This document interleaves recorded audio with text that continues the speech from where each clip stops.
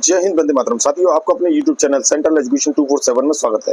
जैसा कि railway recruitment board की तरफ से हम साइंस सीरीज 2 लेकर आए हैं, इससे पूर्व हमने साइंस 1 आपको अपलोड कर दिया है। ये हमारा एसपीटी का एक टॉपिक है जो आरआरबी की दृष्टि से काफी इंपोर्टेंट है। इससे कई प्रकार के प्रश्न अभी तक पूछे गए हैं और ये संभव है कि इनमें से ही प्रश्न पूछे जाए। तो इस सीरीज को बड़े ध्यान से समझेंगे और करेंगे। तो चलिए अपनी सीरीज पर चलते हैं। और उससे पहले आप हमारे चैनल को यदि आपने सब्सक्राइब नहीं किया है तो कृपया आप उसे सब्सक्राइब कर लें, हमारी वीडियो को लाइक करें, शेयर करें, बेल आइकन दबाना बिल्कुल भी ना भूलें। चलिए चलते हैं अपने नेक्स्ट टॉपिक सीरीज 2 पर। देखिए, जैसा कि आपको स्क्रीन पर प्रदर्शित है, ये हम टेस्ट सीरीज लेकर आए हैं। इसमें काफी इंपोर्टेंट आपके पॉइंट है। तो देखिए, स्पीडी सेशन है, इसमें जो अब तक के प्रश्न आए हैं रेलवे के, ये वही प्रश्न है जिनके आने की संभावना है। तो देखिए, सबसे पहला प्रश्न हम देखेंगे और चलते हैं करेंगे। तो देखिए, सबसे पहला प्रश्न है आपका, प्रतिध्वनि का कारण क्या है। तो देखिए, प्रतिध्वनि है क्या, किसी भी ध्वनि का वापस बैक होकर आना, ठीक है, तो उसी को आप प्रतिध्वनि कहते हैं। जैसे आपने कोई साउंड कुएं पे किया, कुएं के ऊपर, तो वह साउंड वापस आपके पास बैक आता है, उसी को आप प्रतिध्वनि कहते हैं। तो इसका कारण क्या है? पहला ऑप्शन है आपका ध्वनि का परावर्तन, दूसरा ऑप्शन है ध्वनि का अपवर्तन, तीसरा ऑप्शन है आपका ध्वनि का अवशोषण और चौथा ऑप्शन है आपका ध्वनि की चाल। तो इसमें से कौन सा प्रभावी है जो इसको संतुष्ट करता है? तो ये आपका पहला वाला जो आपका ऑप्शन है, ये ही प्रतिध्वनि का कारण है, यानी कि ध्वनि का परावर्तन। चलिए नेक्स्ट 2 नंबर का क्वेश्चन। तो देखिए, झूला झूलते समय कोई व्यक्ति झूला पर खड़ा हो जाए तो उसका आवर्तकाल क्या हो जाएगा? बढ़ जाएगा, घट जाएगा या अपरिवर्तित रहेगा या कोई नहीं? आपको पता है, जब वह खड़ा होगा तो इसका आवर्तकाल क्या होगा? आपका घट जाएगा, ठीक है, क्योंकि उसका प्रेशर ज्यादा होगा, जिससे कि वह ज्यादा लेंथ तक कवर नहीं कर पाएगा। तो इसलिए उसका आवर्तकाल क्या हो जाएगा? घट जाएगा। ठीक, चलिए नेक्स्ट 3rd नंबर का क्वेश्चन आपका। यदि झूले पर व्यक्ति के स्थान पर 2 व्यक्ति बैठा दिए जाएं तो आवर्तकाल क्या होगा?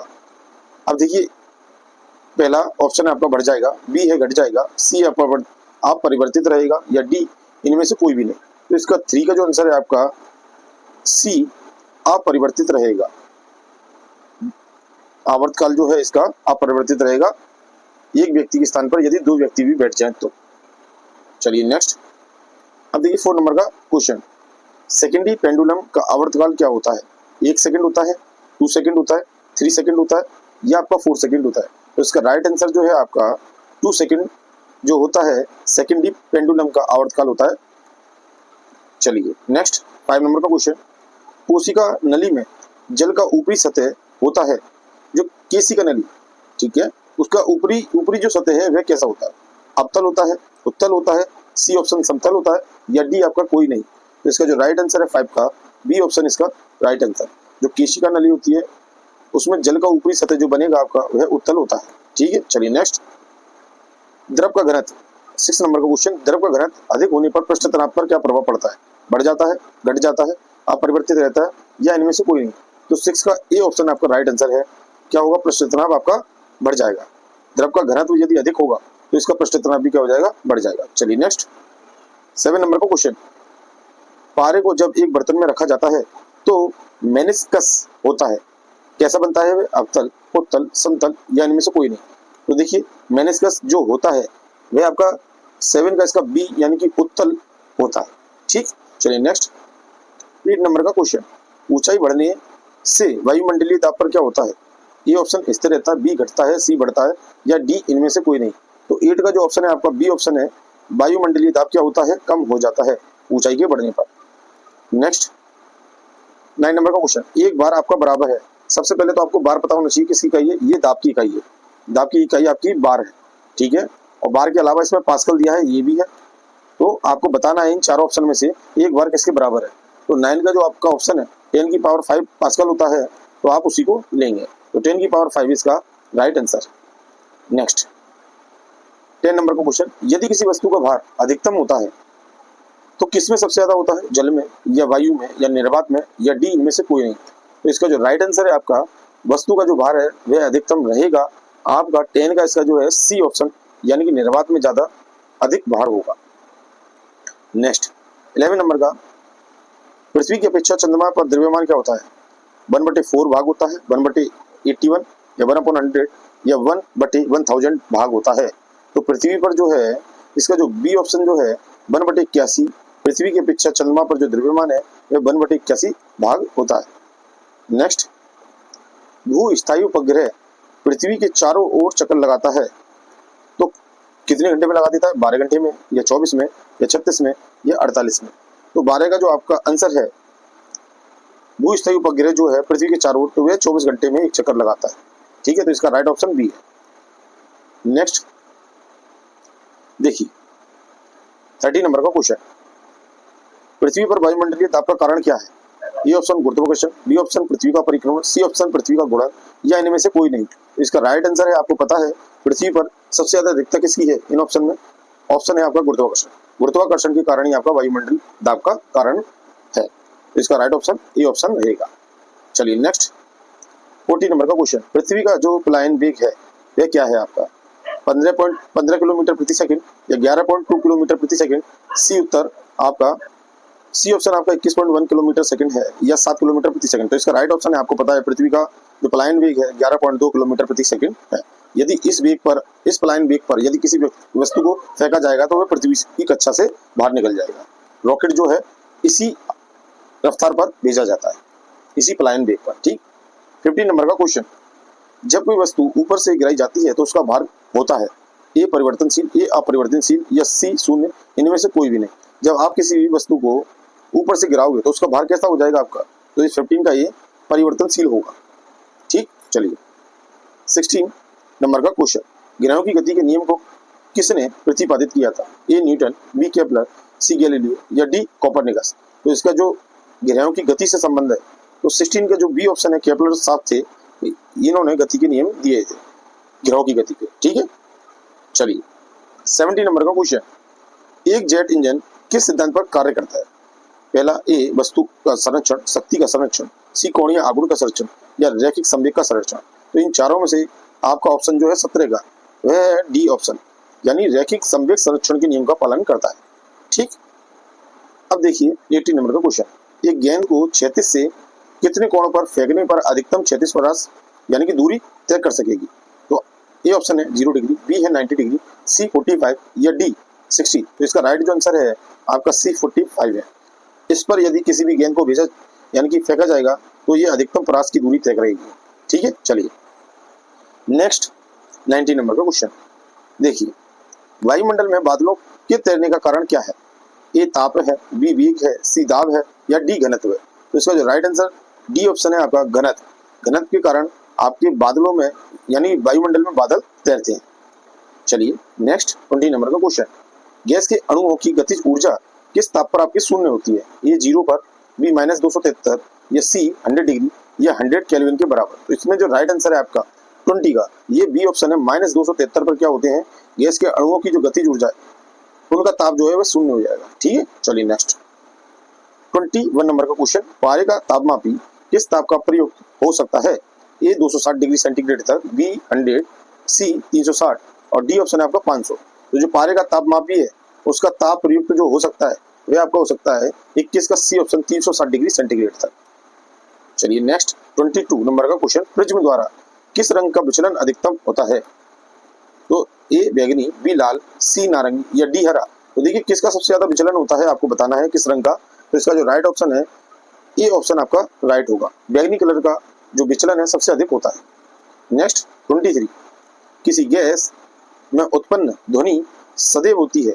अब देखिए गैस में जो ध्वनि आपकी उत्पन्न होगी वह कैसी होगी, आपकी अनुदैर्घ्य होगी, अनुप्रस्थ होगी, अप्रगामी होगी या विद्युत चुम्बकीय तरंगे होगी। तो इसका 23 का जो है आपको पता है कि जो ध्वनि तरंग है वह अनुदैर्घ्य तरंग है। तो ये भी क्या है, गैस में भी आपकी जो ध्वनि होगी वह अनुदैर्घ्य तरंग ही होगी।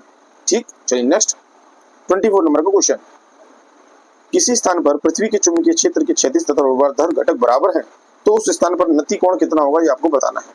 तो देखिए इसका जो राइट आंसर है आपका ए ऑप्शन आपका दे रखा है 0 डिग्री, बी ऑप्शन आपको दे रखा 30 डिग्री और सी 45 और डी 60 डिग्री। तो इन चारों में से क्या है इसका नतिकोण? तो इसका जो राइट आंसर है आपका 24 का सी ऑप्शन यानी 45 जो है आपका नतिकोण होना चाहिए।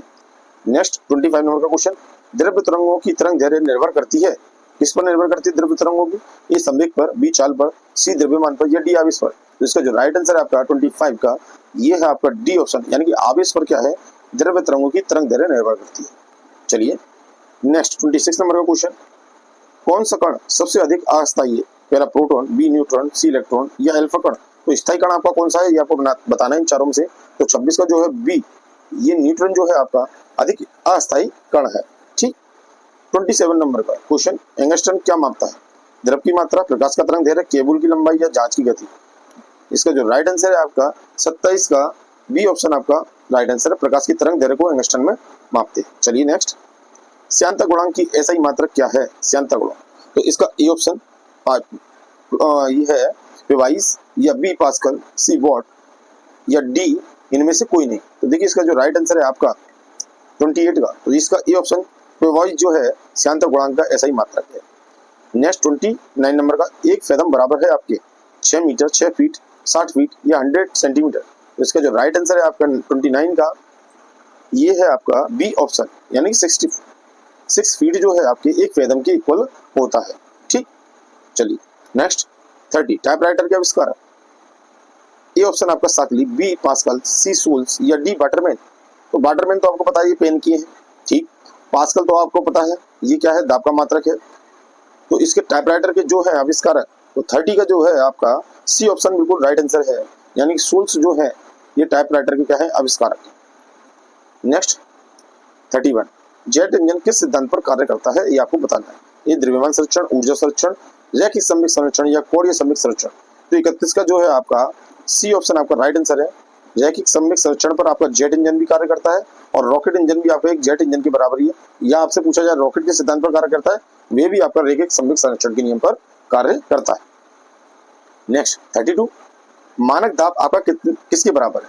भाई पारे का 760 सेमी या पारे का 70 mm के बराबर वायुमंडलीय दाब के कारण या 1.2 वायुमंडलीय दाब के बराबर है आपका मानक दाब। तो देखिए इन चारों में से जो ऑप्शन है आपका 32 का जो ऑप्शन है बी ऑप्शन आपका राइट आंसर है, पारे का 70 mm मानक दाब के इक्वल है। तो ये याद रखना है आपको।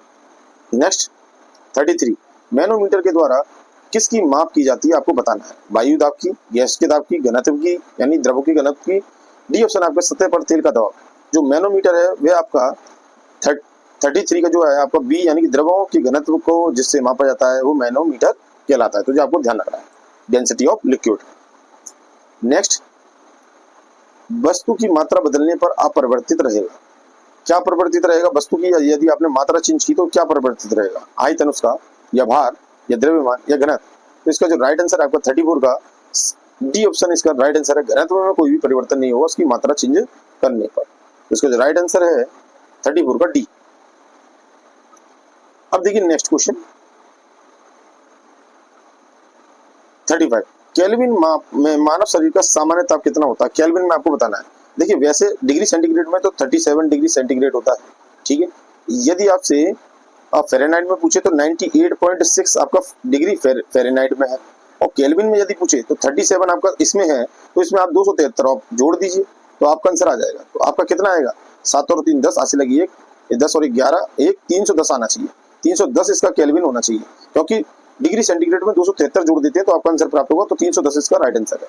तो देखिए ये ऑप्शन नहीं है, बी भी नहीं है, सी भी नहीं है, आपका डी इसका राइट आंसर है। 310 इसका सही उत्तर। चलिए नेक्स्ट 36, पारा जमता है 39 degree centigrade, -39 degree centigrade, 40 degree centigrade या डी ऑप्शन 60 डिग्री सेंटीग्रेड। तो देखिए पॉजिटिव तो आपके किसी भी हालत में नहीं होगा पारेगा, माइनस में ही आपका होगा। ठीक है। तो इसका 36 का आपका क्या है? बी ऑप्शन इसका राइट आंसर। चलिए नेक्स्ट 37, उच्च तापमान क्रम को मापने के लिए किस यंत्र का प्रयुक्त करते हैं? यानी कि जो हाई टेम्परेचर है उसको मापने के लिए किस यंत्र का आप करते हो? ए हाइग्रोमीटर, सी टेकोमीटर, बी पायरोमीटर या डी पिकेनोमीटर। इसका जो राइट आंसर है आपका पायरोमीटर जो है उच्च तापक्रम को मापने वाला यंत्र है। तो आपको ध्यान रखना है हाइग्रोमीटर के द्वारा आप क्या निकालते हो? हाइग्रोमीटर से आप आर्द्रता निकालते हो। ठीक है, वायु में। टेकोमीटर भी आपका क्या है? ये भी आपका एक यूनिट है। ठीक। और पिकेनोमीटर भी आपका एक यूनिट है। तो इसका जो राइट आंसर है आपका, ये क्या है आपका, पायरोमीटर। तो ये सेशन आपको यदि अच्छा लगा है तो आप हमारे सेशन को लाइक जरूर करें और हमारी वीडियो को शेयर करें। चैनल को जरूर सब्सक्राइब कर लें, जिससे आपको नेक्स्ट वीडियो मिले तो आपके पास नोटिफिकेशन पहुंच जाए।